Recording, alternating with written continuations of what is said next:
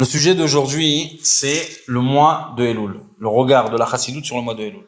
Et pour comprendre ça, il faut revenir en arrière. Donc, 2448 de la création du monde, il y a la sortie d'Égypte. 50 jours plus tard, le don de la Torah. 40 jours plus tard, le veau d'or. Moshe Rabbeinu, il monte pour la deuxième fois au mont Sinaï pour demander à Kadosh Baruch Hu de pardonner aux Ham Israël qui ont participé au veau d'or. Je précise participer parce qu'ils n'étaient pas à l'origine du veau d'or. D'accord ? Il y a d'autres groupes qui se sont rassemblés avec le Ham Israël et qui ont entraîné ce qui s'est passé là-bas. C'est pas notre sujet, je mets ça de côté. Moshe Rabbeinu, il redescend et il remonte une troisième fois. Donc, la première fois, c'est le lendemain du don de la Torah, pour 40 jours, recevoir le contenu de la Torah. La deuxième fois, à cause du veau d'or. Et la troisième fois, encore une fois, à cause du veau d'or. Alors, après le veau d'or, Moshe Rabbeinu, donc, il est monté 2 fois au mont Sinaï. La première fois, Dieu, il n'a pas vraiment accepté de pardonner. D'accord ? C'était en stand-by. Mais la deuxième fois, c'est Rosh Chodesh Elul. 40 jours, qui vont terminer quand ? Yom Kippour. C'est deuxième fois où il monte au Har Sinaï pour demander le pardon à Kadosh Baruch Hu pour le veau d'or. Kadosh Baruch Hu, il est d'accord de pardonner. Moshe Rabbeinu, il réveille chez Kadosh Baruch Hu un grand amour pour l'âme Israël, au-delà du protocole, d'accord, des avérotes qui ont été faits. La Torah, elle dit clairement des choses très claires. Tu fais la Avodah Zara dehors, tu fais plus partie du groupe. Il y a rien à dire. Donc, et on va aller même Chas Shalom, c'est la peine capitale. Donc, c'est très grave aux yeux de la Torah, aux yeux de Dieu. C'est sur les 2 paroles qu'on a entendues de la bouche de Dieu lui-même, pas par Moshe Rabbeinu. On a entendu Lo eye lecha Elokim acherim al panai. T'auras pas d'autre Dieu que moi. Donc c'est vraiment très grave. On était Chas Shalom en procédure de divorce avec Akadosh Baruch Hu d'une certaine façon, à cause de ça. Et Akadosh Baruch Hu, il réveille cet amour-là inconditionnel, au-dessus de toutes les règles, au-dessus même de sa Torah, la force de la tchouva en réalité, qui passe par le chef de la génération. C'est très important cette Nekuda-là. Qui c'est qui prie, qui c'est qui demande. Ok, tout le monde a fait tchouva, mais Moshe Rabbeinu, le rôle de Moshe Rabbeinu dans cette tchouva, la réussite de cette tchouva aussi, c'est un sujet à part. Et c'est important de préciser ça parce qu'on est dans le contexte de Elul et de faire tchouva et les jours de pénitence qui viennent entre Rosh Hashanah et Yom Kippour, de savoir que le domaine de l'Aïd Kashrut au Rabbi, un tzaddik, pour faire tchouva, il prend énormément de place. Parce que ça a toujours été comme ça, depuis le don de la Torah. Okay, et c'est comme ça aussi dans la lecture kabbalistique des choses. D'accord ? Il faut que la tête de toutes les neshamot, elle demande à Kadosh Baruch Hu pour tout le reste du corps, pour toutes les autres neshamot individuelles. Bon, alors je mets ça de côté, mais pour revenir à la chronologie des événements, c'est que à partir du premier jour de Elul, on a un réveil, une déclaration d'amour d'Akadosh Baruch Hu qui s'intensifie de jour en jour, jusqu'à qu'il arrive à son summum à Yom Kippour, et au summum du summum, la Neila de Yom Kippour. D'accord ? La lecture de Neila, d'après le Pshat, c'est que Dieu il ferme les portes, qu'il a pris ses décisions, il ferme les portes, tout le monde dehors. Mais la lecture profonde du terme de la Neila, c'est il ne reste que Dieu et le peuple juif seuls avec Akadosh Baruch Hu, et les portes sont fermées. Dieu et le peuple juif seuls.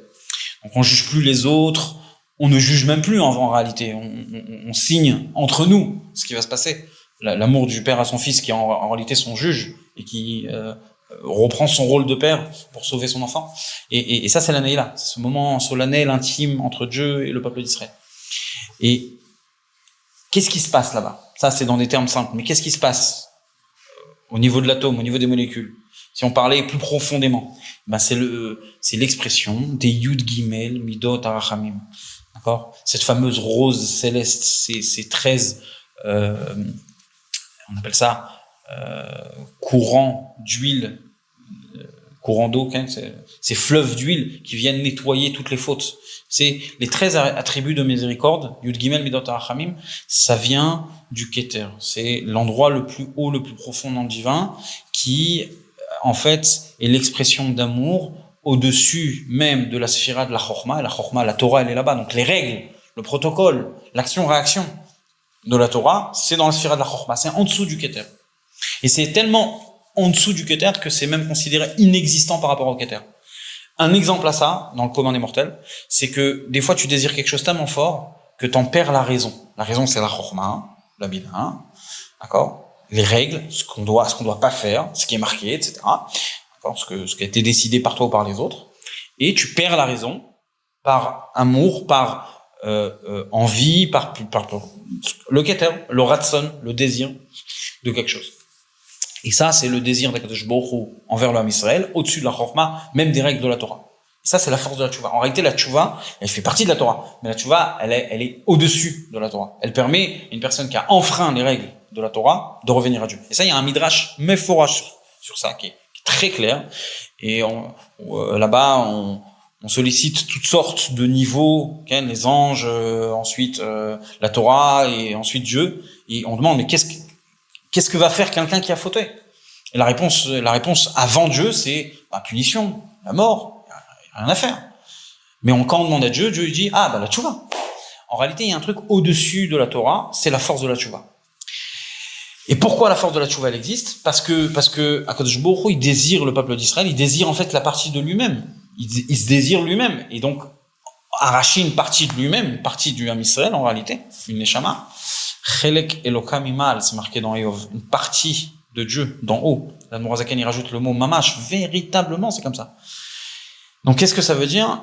Dieu, il veut pas se séparer ni lui-même, enfin, du peuple d'Israël, et donc, c'est ce désir-là qui va au-dessus des règles. Quelqu'un qui veut pas perdre un membre. C'est une image, attention, c'est une image, le divin, il n'est pas de corps, pas de forme de corps. C'est un des 13 piliers du judaïsme d'après le Rambam. Il n'y a pas de corps, il n'y a pas de forme de corps, mais tout ça, ce sont des images pour comprendre. D'accord? Et là, donc, le mois d'Elul, c'est quoi? C'est 40 jours de révélation de ce Keter-là, de Yud Gimel Midot HaRachamim, ces 13 attributs de miséricorde, de format de miséricorde, Hashem, Kel, Rachum Vechanun, etc. Ça commence à partir du Kel, Rachum Vechanun. Okay? Kel, c'est le premier, qui est lié à la sphira du Chesed, à la bonté d'Akadosh Baruch Hu, sans aucune condition, même à celui qui a fauté, et même à l'inverse de l'Akdusha, de lui donner vie. Donc, d'une certaine façon, c'est la suite de l'expression de la force de la tchouva du Keter.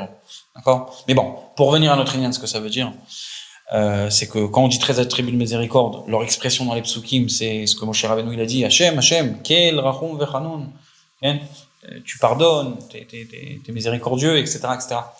Et c'est Yud Gimel Midot HaRachamim, d'où il émane de ce fameux Keter, et c'est ce qui va se révéler durant 40 jours, à partir de Rosh Chodesh Elul, jusqu'à Yom Kippour, en s'intensifiant jour après jour.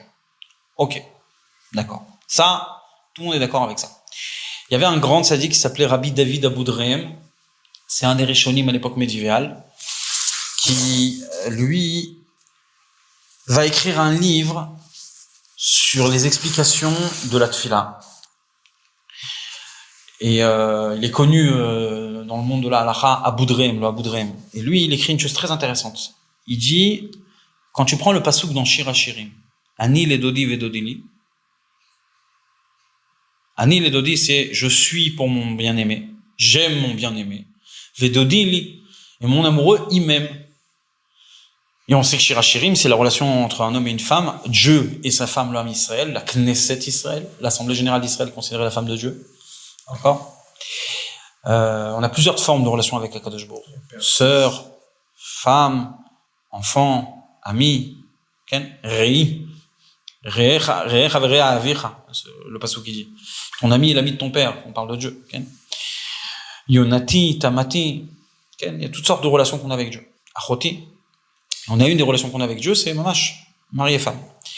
Et d'ailleurs, toutes ces haftarot qu'il y a, les 7 haftarot de consolation qu'il y a à partir de Shabbat Vaetrana Nachamu, après Tisha B'Av, jusqu'à Rosh Hashanah, il y a 7 Shabbatot. On lit 7 haftarot de consolation. Ce ne sont pas des haftarot qui ont un lien avec le texte de la paracha de la semaine, comme d'habitude. Ce sont 7 haftarot qui sont juste de la consolation après les 3 de punition des 3 semaines. Et on voit clairement toutes les prophéties où il y a l'expression d'une femme à son mari, comme la semaine dernière de Shabbat Kitetse, où Dieu il s'adresse au peuple d'Israël, Boalech Hosaïr, ton mari, celui qui t'a fait, je t'ai abandonné un court instant et je vais te reprendre et je vais oublier les fautes de ta jeunesse, le Vaudor, ce qui s'est passé premier et deuxième temple, etc. Bref, tout ça pour dire que cette expression-là d'amour entre le Ham Israël et Akadosh Baruch Hu, qui s'exprime dans ce pasouk-là, Ani ledodi vedodili, ben le Aboudrehem, il dit, Rachet Tevot Elul. C'est l'acronyme, ou l'acrostiche, je ne me rappelle plus comment ça se dit en français. C'est les premières lettres de ces 4 mots-là font le mot Elul, le fameux mois dans lequel on se trouve. D'accord. Alors, il y a une chose aussi intéressante, hein, le mazal de Elul, c'est Mazal Betula, la Vierge, la femme de Dieu, qui se préserve, qui est appelée la Vierge, malgré tous ceux qui la sollicitent, des nations, à croire et à la servir d'autres maîtres, d'autres maris. Ok.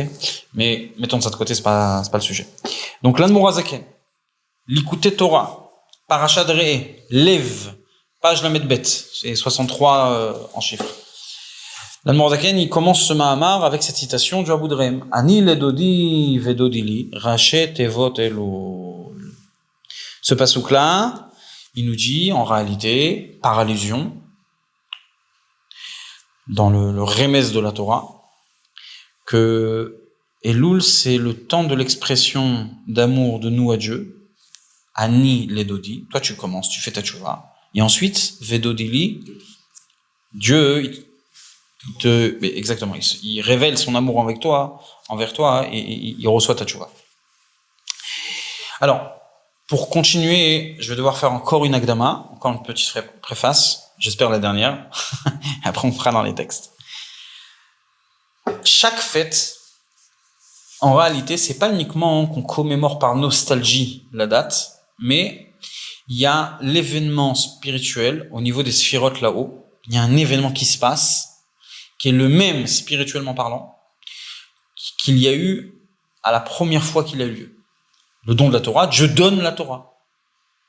On n'a pas reçu la Torah il y a 3330 et quelques années, mais Dieu donne la Torah. Maintenant, il y a une preuve à ça dans Masechet Shabbat Daf Kuf Raftet, où là-bas, la Gemara nous dit que on n'a pas le droit de faire une saignée, l'équivalent de la prise de sang d'aujourd'hui, enfin pas exactement, mais rentrons pas dans les détails, la veille de Shavuot.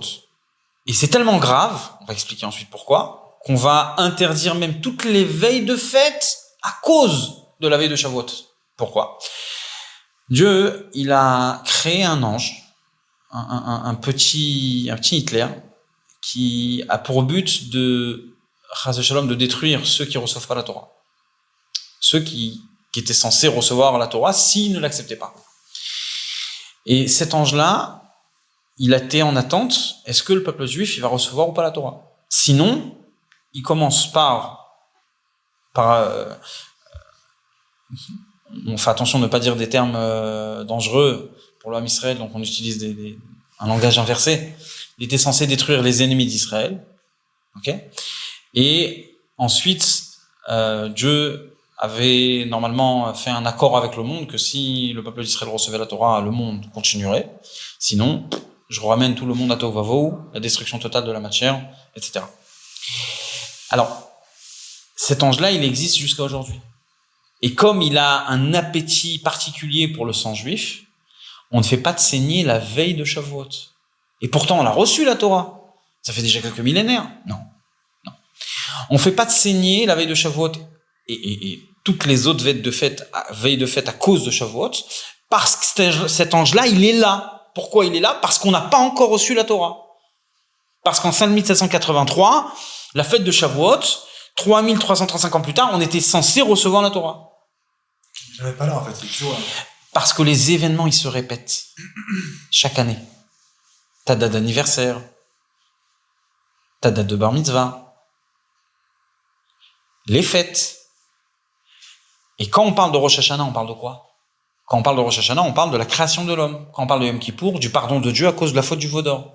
L'expression de l'amour inconditionnel d'Akadosh Baruch Hu, qui a commencé quand ? Rosh Chodesh Elul. Et qui s'est exprimé pendant tout le mois d'Elul, en montant et en s'intensifiant.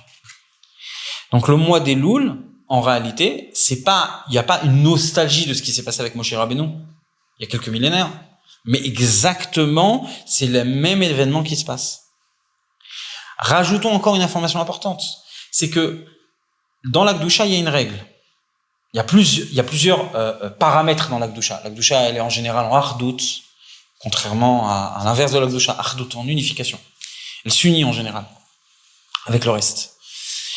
Yaakov Avinu, il avait 70 descendants. Avec lui, ça faisait 70 descendants à l'entrée en Égypte. C'est marqué Shivim Nefesh, 70 âmes, sans le S à la fin du pluriel. Pourtant, Esav, il avait que 6 descendants, et c'est marqué Nefshot Beto, au pluriel. Parce que Esav, l'expression de l'inverse de la Gdusha, est toujours en contradiction les uns des autres, et la Gdusha, elle est en unification. C'est un des paramètres. Il y a un autre paramètre dans la Gdusha, c'est ça va en montant.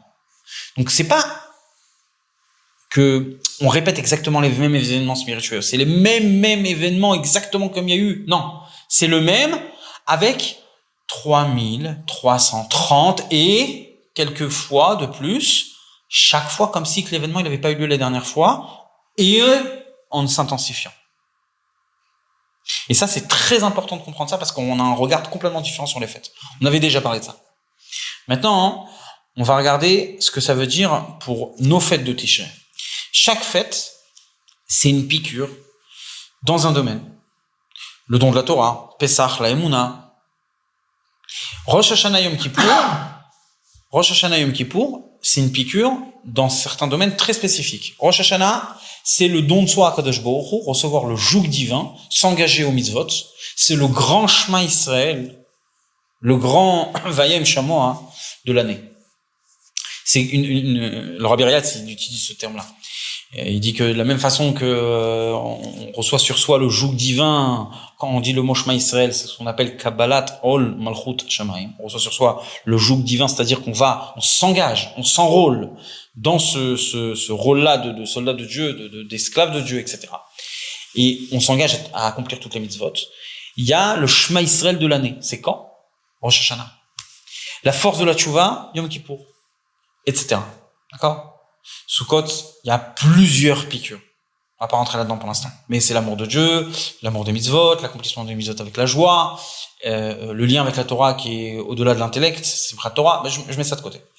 Mais ce qui nous touche ici, c'est de comprendre que Dieu, il veut te donner une force de Hirat Shamayim, une crainte de Dieu, donc, Kabbalat Ol Malchut Shamayim, recevoir sur toi le joug divin et la Hirat Shamayim. C'est pas exactement la même chose, mais ça fait partie du même paquet. La force de la Tchouva, Yom Kippour. Donc ces piqûres, tu vas les recevoir. Tu vas les recevoir pourquoi? Parce que ton âme, qui est dans ton corps, elle est attachée. Yaakov Revel Nachalato. On a une partie de l'âme dans le corps, une partie de l'âme qui est dehors du corps, qui est dans les mondes, dans les sphères supérieures, dans les mondes célestes en haut, et qui voit, ressent, capte les événements spirituels qui ont lieu, les mélanges des sphirotes, les unifications des sphirotes, le réveil des sphirotes qui est là-haut, et qui voit tout le bouhara qui se fait dans le Gan Eden, qui se fait dans les sphirotes, qui se fait dans le char céleste, et qui tremble jusqu'à faire trembler la Neshama en bas, qui fait savoir à la Neshama en bas ce qui se passe.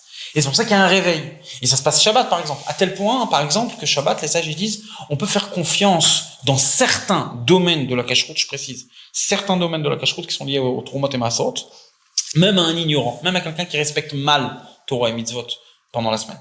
Pourquoi? Amaretz lo meshaker be Shabbat. Même un ignorant, le Shabbat, il fait attention à ce qu'il dit. D'accord? Alors, faut comprendre que en fait, il y a quelque chose qui se passe, même dans ce monde matériel, qui est en fait imprégné, qui est éclaboussé par ce qui se passe là-haut. Et c'est la même chose avec les fêtes. Il y a quelque chose d'énorme qui se passe là-haut à Rosh Hashanah, et ça éclabousse jusqu'ici en bas sur terre. Les Neshamot, le monde, la matière, et c'est ce qu'on va ressentir à Rosh Hashanah. C'est ce qu'on va recevoir à Rosh Hashanah Yom Kippour.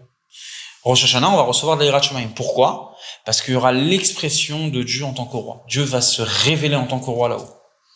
D'accord? On va le solliciter aussi en tant que père, mais principalement en tant que roi. C'est pour ça que pendant 10 jours, on va dire Amelech Akadosh. Au lieu de dire le saint Dieu, on va dire le roi saint. Amelech Hamishpat. Le roi qui juge. Le roi du jugement. Okay?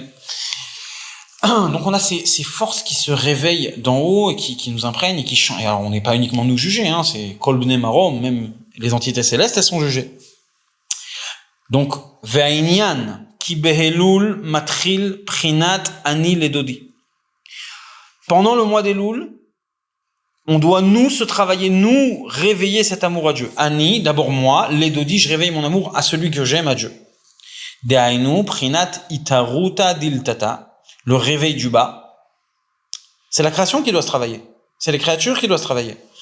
Jusqu'à quand? Rosh Hashanah et Yom Kippour. Qu'est-ce qui se passe à Rosh Hashanah et Yom Kippour? Shem prinat amshachat elokuto idbarach lemata. Dieu, il révèle, même ici-bas, beprinat idgalut.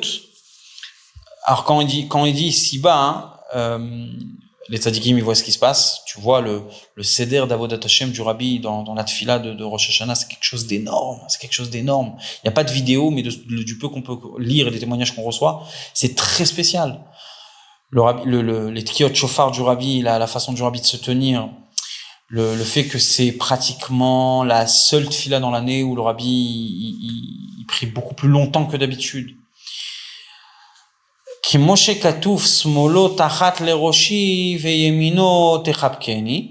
Le verset, il dit la chose suivante. Son bras gauche, il est sous ma tête. Dieu, il enlace le Ham Israël. Le bras gauche, il est sous ma tête. Sa droite, elle m'enlace.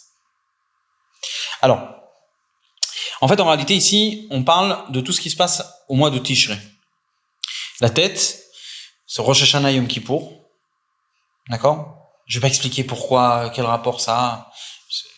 Pourquoi Rosh Hashanah Yom Kippour, ces 10 jours-là, ils sont appelés la tête. C'est tout un truc énorme dans la Kabbalah, c'est que on crée la création du monde. C'est très spécial, hein, ce terme-là. On crée la création du monde pendant Rosh Hashanah, mais après, ça doit se stabiliser en détail dans les 10 sphirotes pendant tous les jours d'Aseret Yemei Teshuvah jusqu'à la fin de Yom Kippour.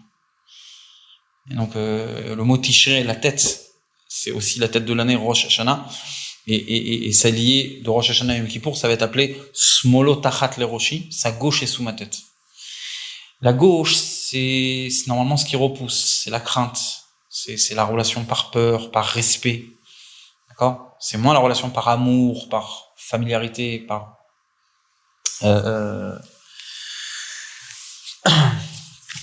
c'est plutôt cette droite-là, ça va être Sukkot. Dieu, il t'enlace. D'ailleurs, c'est la fameuse halakha qu'il faut 3 murs à Sukkot, c'est à cause de ça. C'est à cause de ces 2 parties du bras et le tefach en plus. 2 murs et un tefach, c'est le minimum requis pour une soukha. Exactement. Et donc, c'est lié à ça. Et Smolo Tachat Leroshi, donc cette époque de Rosh Hashanah Yom Kippour, ça va être plutôt la main gauche. Notre réaction, c'est la main gauche, c'est-à-dire la crainte de Dieu. Dieu, il se révèle en tant que roi, même ici en bas sur terre, et donc dans tous les mondes spirituels qu'il y a avant nous. Et il y a cette crainte de Dieu. Smolo Tachat Leroshi. Chez Mirosh Hashanah ad Yom Kippourim, 4e ligne, ou Prinat Smolo, il y a l'expression de la gauche, Prinat ira la crainte. Pourquoi? Les fichéaz uzman idgalut malchuto idbarach, c'est alors le temps de la révélation de sa royauté de roi majestueux, etc. Le côté malchut de Dieu, le côté roi de Dieu. Un roi, il se révèle, tu te comportes comme un serviteur, comme un sujet de ce roi-là. Tu te sens pas proche de lui, tu te sens plutôt tu crains, tu respectes. C'est plutôt la réaction qu'on a. Tu respectes, pardon. Velachen korim lo hamelech. C'est pour ça qu'il appelait le roi, comme on a dit dans la tfila, ki malchutra malchut kol olamim.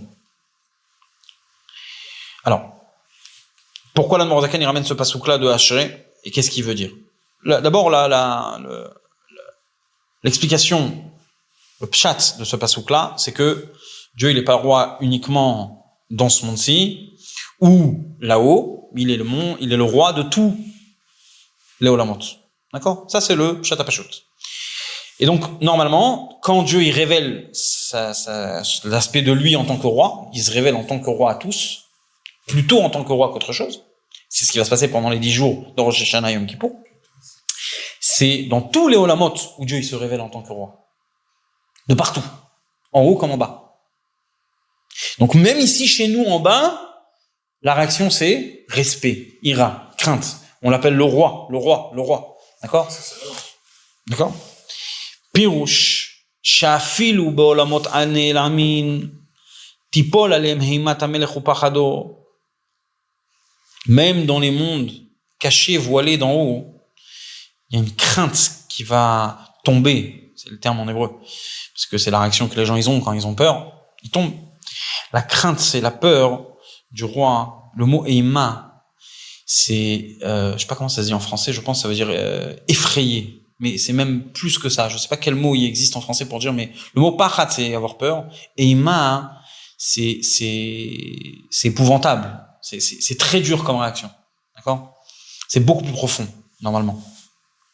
Peut-être qu'il y a des mefarshim qui expliquent d'une façon inverse de ce que je dis ici, mais en général, c'est ce qui est retenu. C'est que le mot ima, c'est une plus grande crainte que le mot pachat. En tout cas, ce que ça veut dire que même là-haut, tout le monde craint Dieu. Pas uniquement ceux qui ont fauté, qui ont quoi se reprocher, qui ont peur. Mais même là-haut, les anges, les entités célestes, les entités spirituelles, qui n'ont pas de raison de craindre. Ils n'ont rien fait de mal, au contraire, ils servent Dieu. Il y a des anges qui se tiennent debout pendant pratiquement 2000 ans et qui crient Kadosh pendant 2000 ans. Non, mais même là-haut, même eux, ils ont peur. Parce que c'est ce qui se passe dans tous les Olamot. C'est ce qu'on essaie ici de te dire. Qu'est-ce qui se passe pendant Rosh Hashanah et Yom Kippour? Dieu, il se révèle en tant que roi. De partout, là-haut. Même ici. Tiens-toi à carreau. C'est le message. Fais tchouva. ומזה נמשך גם למטה על כללות נשמות ישראל לקבל עול מלכות שמיים עליהם. De ça découle même ici en bas, à l'assemblée des âmes d'Israël, de recevoir le joug du roi, le joug divin sur eux. ותהיה היראתו על פניהם כל השנה. Alors ils auront la crainte de Dieu toute l'année sur eux. Donc on prend une force de crainte de Dieu pour toute l'année à travers cet événement très spécial qu'il y a en haut et en bas à Rosh Hashanah. Alors là, Mourazaken, il fait remarquer une chose qui est très importante. Il dit pourquoi il y a besoin de cet événement énorme pour nous réveiller notre crainte de Dieu et nous donner une force de crainte de Dieu pendant toute l'année. Kirat Hashem ve'avato, la crainte de Dieu et l'amour de Dieu, hena asuya ve'netua belev ha'adam mikoach atzmo. Elles ne sont pas dans le cœur de l'homme par la propre force de l'homme. Kim, alors d'où ça vient?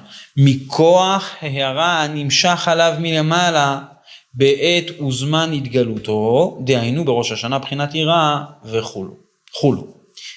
C'est par la force on va dire un flux, une radiante et hara, une révélation qui est fait d'en haut vers l'homme à une certaine date, be'et vezman idgaluto, à un certain moment de cette révélation-là. Par exemple, à Rosh Hashanah, la crainte. Tu reçois à Rosh Hashanah la crainte de Dieu. Pour toute l'année. Autrement dit, tu as besoin que Dieu te réveille à le craindre. Donc Dieu se révèle en tant que roi pour nous donner la force de le craindre. D'accord? Le Tzemar Tzedek, il a rajouté ces parenthèses-là, va voir dans Parashat Tavo, tel Mahamar, tel Mahamar, tel Mahamar.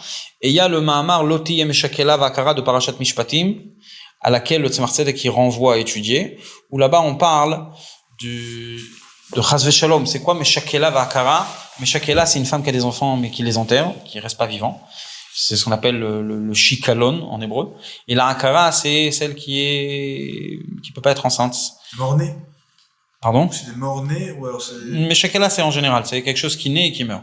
Akara, c'est une femme il y a un mot en français pour dire Akara, qui peut pas avoir d'enfant.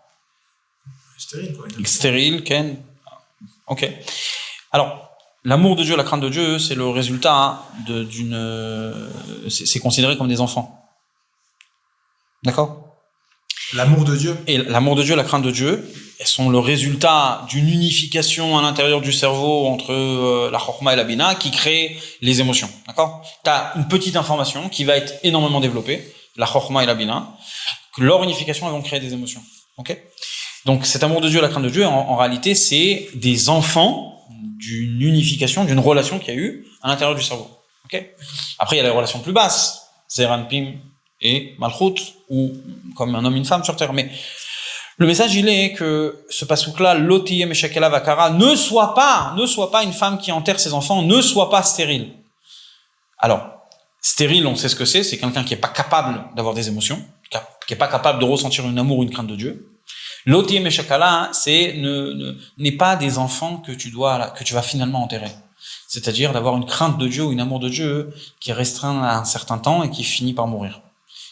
Sois constant dans cet amour et cette crainte de Dieu. Et va voir comment garder cet amour et cette crainte de Dieu. En réalité, juste, va voir du Tzemar Tzedek, c'est pour dire, tu vas la recevoir à Rosh Hashanah, cette crainte de Dieu, cette force de crainte de Dieu. Tu veux la garder? Va voir le Mahamar dans Parashat Mishpatim sur le pasuk Lo tiyeh meshakela va'akara. Ok? Là-bas, c'est, le pasuk, le sens du pasuk, c'est Dieu, il te promet qu'il n'y aura pas en toi, dans le peuple d'Israël, meshakela va'akara, et Dieu enlèvera toute maladie, etc. Mais, la lecture profonde de ce pasuk-là dans la Vodat Hashem, c'est ce que je viens de t'expliquer. Jusque-là, l'Admor HaZaken, il a expliqué la première partie du pasuk Ani Ledodi. Moi, je me réveille, je me travaille pendant le mois d'Elul pour... L'Admor HaZaken, il a ici expliqué la deuxième partie du pasuk, Vedodili. Le fait qu'Akadosh Baruch Hu se révèle à nous de Rosh Hashanah Yom Kippour, il montre sa royauté, il nous donne la force de le craindre, l'amour de Dieu, qui nous donne une bonne année, etc. Vezeu prinat vedodili. Voilà ce qu'est le réveil de l'amour. Vedodi, mon amoureux, il se réveille à moi, moi. Rak shetzarich trila. Mais il faut qu'avant ça, qu'est-ce que tu fasses? Ani ledodi. Le passage qui commence à Ani ledodi. Tu veux le vedodili, Rosh Hashanah Yom Kippour? Il faut qu'avant, pendant le mois d'Elul, il se passe un Ani Ledodi. Toi, tu vas travailler en premier. Donc, il va expliquer ça maintenant. Avant ça, toi, tu dois réveiller, toi, ton amour et ta crainte de Dieu. Par le réveil d'en bas, c'est-à-dire toi, en bas, tu vas te travailler, faire tchouva, te préparer à recevoir cette force de crainte de Dieu de Rosh Hashanah. Pendant le mois d'Elul, tout ce mois d'Elul, c'est la Itaruta Diltata, c'est le travail, c'est Ani Ledodi. Toi, tu te réveilles, toi, tu vas travailler. D'accord? Alors, on a expliqué que la première fois qu'il y a eu cet événement de pardon de Dieu, d'amour de Dieu inconditionnel au Ham Israël, en 2448, c'était Moshe Rabbeinu qui était monté pour demander le pardon du Vaudor. Ça a commencé Rosh Chodesh Elul. Et j'ai expliqué, c'est que c'est révélé le Keter, Yud Gimel Midot HaRachamim, les 13 attributs de miséricorde, un des plus hauts niveaux du divin. Okay. Et la grande question qui se pose, qui va ici demander, c'est quoi la différence entre Yom Kippour et tous les autres jours avant Yom Kippour? Parce que si c'est le même degré, le même niveau, j'ai pas envie de dire la même matière, mais le même degré, le même niveau qui se révèle pendant 40 jours. Pourquoi Yom Kippour, on mange pas, on boit pas, on n'a rien le droit de faire, d'accord? Juste s'habiller en blanc et lire dans un livre. Ok? Et le mois d'Elul, c'est un mois en réalité qui ressemble beaucoup au mois d'avant. Il n'y a pas de différence. Il y a Rosh Chodesh, des Shabbats, voilà, le dernier jour du mois, d'accord, on doit se préparer à Rosh Hashanah. Bon, évidemment, il y a énormément de dates racidiques, je précise.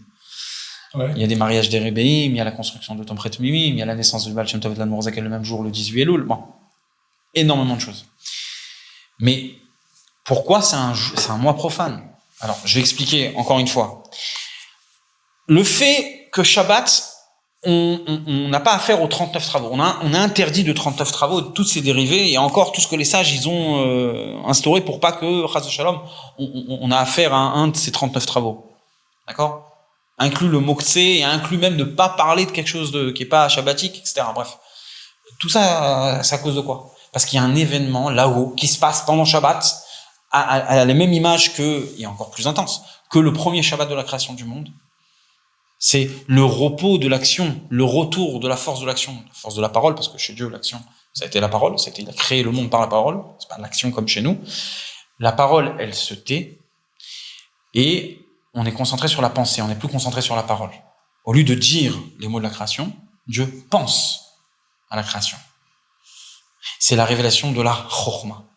La malchoute, elle se réélève, la parole, la force de la parole, c'est la malchoute, qui va remonter à sa source dans la chorma. D'accord? Cet événement-là, il a lieu tous les Shabbats. Il est tellement grand, tellement intense, que ce qu'on te demande ici sur Terre, c'est ne touche pas. Non, n'allume pas le feu, non, ne trie pas, non. Tu comprends? Quand tu fais tes lacets, non, ne fais pas un nœud comme d'habitude. C'est de ce niveau-là. Ok? Yom Tov, c'est un peu moins intense que ça. C'est au niveau de la sphère de la Bina, je vais pas rentrer là-dedans. Emma Banim Smecha, il y a une joie spéciale à Yom Tov qui est liée à la Bina. C'est moins intense, c'est pour ça qu'on a le droit de faire les melachot qui sont liés à la préparation de la nourriture. D'accord? On peut cuire pendant Yom Tov. Donc c'est moins intense, donc il y a certaines melachot qui sont permis. Au-dessus de la Bina et de la Chorma, on a le Keter, comme on expliquait tout à l'heure. La Chorma et la Bina, elles sont considérées inexistantes par rapport au Keter. Okay? La Chorma me'ayin timtsa, timatse. Donc, c'est tellement intense, tellement grand, le résultat c'est, mais même c'est pas que t'as pas le droit de préparer à manger et que tu peux manger, comme Shabbat. Tu manges même pas. Il y a les mortifications, le haïnou yanefesh. Pas de relation, on se lave pas, on s'en loin pas de quelque chose, etc. C'est très très très fort. Tellement c'est intense, toi on te demande juste de bouge pas trop. Okay? Ne salis pas. Ok? Parce qu'un enfant il veut venir aider. Qu'est-ce qu'on lui demande? Va au balcon, va regarder ce que les invités ils arrivent. Juste ne fais pas le balagan. Tu vois? C'est un peu ce qui se passe. La force du jour de Yom Kippour donne le pardon. Itsumo shel Yom Mechaper. Il y a certaines avérotes où il y a question, est-ce que tu as besoin même de faire tchouva pour être pardonné?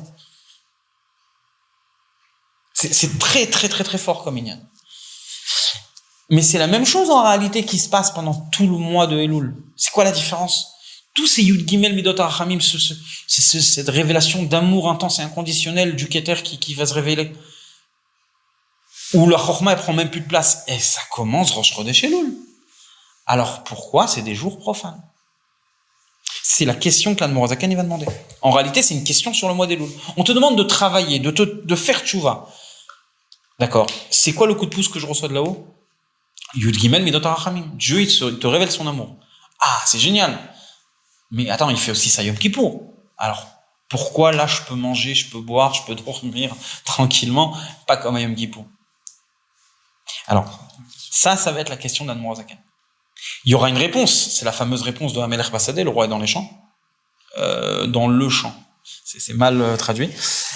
Mais alors, non, c'est pendant le mois d'Elul, on va expliquer ça tout de suite. Mais avant la réponse, pour bien comprendre la réponse, il faut s'arrêter sur la question et comprendre. Cette question-là, en réalité, elle montre l'intensité, la grandeur du mois d'Elul. C'est qu'il est comparé à Yom Kippour. Il est tellement grand qu'on se pose la question, comment ça se fait que c'est pas un jour profane? D'accord? Un mois profane. Un mois normal comme les autres. T'as compris? Allez, viens, on avance. Prends une autre chaise. Ok. Veine noda shebe'elul. 5 lignes avant la fin. Veine noda shebe'elul uzman idgalut yud gimel midot harachamim. Voilà qu'on sait que le mois d'Elul, c'est le temps dans lequel Dieu y révèle les 13 attributs de miséricorde, donc cet amour inconditionnel. Alors, un instant, je vais ouvrir une source importante, la Medbet Aleph. L'Admor HaZaken, il dit, on sait que durant ces jours-là, c'est le temps des 13 attributs de miséricorde. C'est qui on sait que? D'où ça vient cette source-là? À la fin du Likutei Torah, il y a tout un livre qui est en fait les sources de ce qu'il y a dans le Likutei Torah et énormément d'informations super intéressantes. On va pas s'arrêter là-dessus. Mais ici, ils ont amené comme source Mishnat Chassidim et Pri Etz Chaim. Mishnat Chassidim, c'est Rabbi Emmanuel Chai Riki. Il était à l'époque à peu près 450 ans et il a été tué en Italie, si je me trompe pas. Il est mort al Kiddush Hashem. Okay. C'est un martyr. Et c'est un très très grand Mekoubal. Et c'est son livre Mishnat Chassidim, il est reconnu dans tous les milieux. D'accord? L'autre, c'est le Pri Etz Chaim. C'est un livre de Rabbi Chaim Vital qui est contenu des enseignements du Harizal, de son maître. D'accord? Du Harizal. Et c'est les deux endroits où c'est vraiment très clair et très développé. Ok. Donc c'est une information qui nous remonte plus de 450 ans. C'était ça l'idée. Quand il a Morazaken dit Vine Noda, voilà que c'est connu que le mois des Louls, c'est le moment de la révélation des 13 attributs de miséricorde, c'est des centaines d'années en arrière. Ou la vinze ki lama em yemot achol. Pourquoi ce sont des jours profanes? Ve'enam Yom Tov. Comme les Shabbatot et les Yom Tov. Pourquoi ils ont quoi les Shabbatot et les Yom Tov? Shebahem idgalut elokuto, la révélation divine, beprinat eharat elokuto, idbarach. C'est une révélation, il y a une radiance, il y a un flux divin qui se révèle dans tous les mondes. Ou bifrat be'ed vezman yud gimel midot. Particulièrement les yud gimel midot, c'est très intense. C'est encore même plus que Shabbat et Yom Tov. Shehem eharot elionot meod. C'est très haut. C'est des révélations très très très hautes. Ve'em midgalim beyom kippourim. Quand est-ce que se révèlent ces 13 attributs-là? À Yom Kippour. La conclusion, elle est Ubevadai yesh hefresh gadol ben Yom Kippourim ou ben Elul. D'accord, c'est le même degré, mais c'est sûr qu'il y a une différence entre Yom Kippour et Elul. Ça peut pas être la même chose. Je précise, c'est le même degré, le même niveau, mais de deux formes de révélation différentes. On va appeler ça formel et informel. Ok? Là vient l'explication, le fameux machal. Je pense que c'est l'exemple de la chassidoute le plus populaire. À Melech Bassadeh, le roi est dans le champ. Et ben il est ici. C'est exactement là qu'il est dans les mots de l'Admorazaken. On va le faire. Ensuite on va l'expliquer. Faut juste, je te dis une chose importante. Même si ça reste un exemple que l'Admorazaken y donne pour expliquer une question kabbalistique, comment les Yud Gimel Midot Achamim, ceci, cela. Cet exemple-là et son explication, elles sont développées dans les textes de Chassidut et par le Rabbi aussi énormément. Chaque mot, chaque phrase de cet exemple-là qui est ici, le Rabbi l'a développé, donné des précisions et expliqué toutes les allusions que l'Admorazaken il a pliées, cachées, voilées, contractées dans à peine quelques mots, à peine 3 lignes. 3 lignes et demie. D'accord? En tout cas pour Elul, et après pour Rosh Hashanah et Yom Kippour, il y a encore 2 lignes de plus dans l'exemple. D'accord? On y va en attaque. Alors pour comprendre cette différence entre Elul et Yom Kippour, Achine Yuvan Alpi Mashal, pour comprendre ça, on va donner un exemple. Les Melch, un roi, chez Kodem Bo Laïr, avant de rentrer dans la ville, Yotzin Anshe Haïr Likrato. Les gens de la ville, ils sortent le recevoir, ou dehors, dans les champs. Ou Mekablin Panav Basadeh, il reçoit le roi dans le champ. Veaz Rashain Kol Mi Sherotze. Alors, tous ceux qui le désirent, la Tset Lakbil Panav, tous ceux qui le désirent, ils peuvent rencontrer le roi. Ok, ça c'est pour nous. Et lui, comment il réagit? Vehu mekabel et kulam besever panim yafot. Lui, il reçoit tous avec un visage rayonnant. Umare panim sochakot le kulam. Et lui, il montre aussi un visage à tous de joie. Le Rabbi, à plusieurs reprises, quand il a cité ce machala, il a dit Umare panim shochakot. Pas sochakot, c'est. Alors, il y a un grand mashpia en Israël qui était à Haïfa qui s'appelait Reuven Donin, le Rav Reuven Donin, et il a dit que quand le Rabbi dit ça, le Rabbi il dit ça pas par erreur de grammaire, il y a sûrement une raison.